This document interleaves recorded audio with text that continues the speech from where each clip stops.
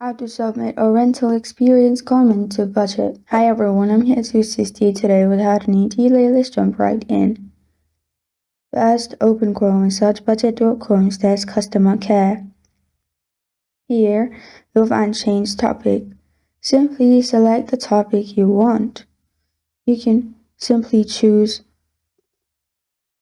car reservation comment.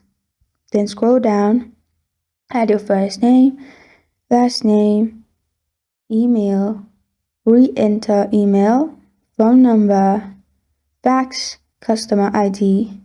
Then for the rental information, you can add pickup location, date of rental, drop-off location, return date, budget prepaid confirmation number. Then scroll down, add rental agreement number and amount billed to you.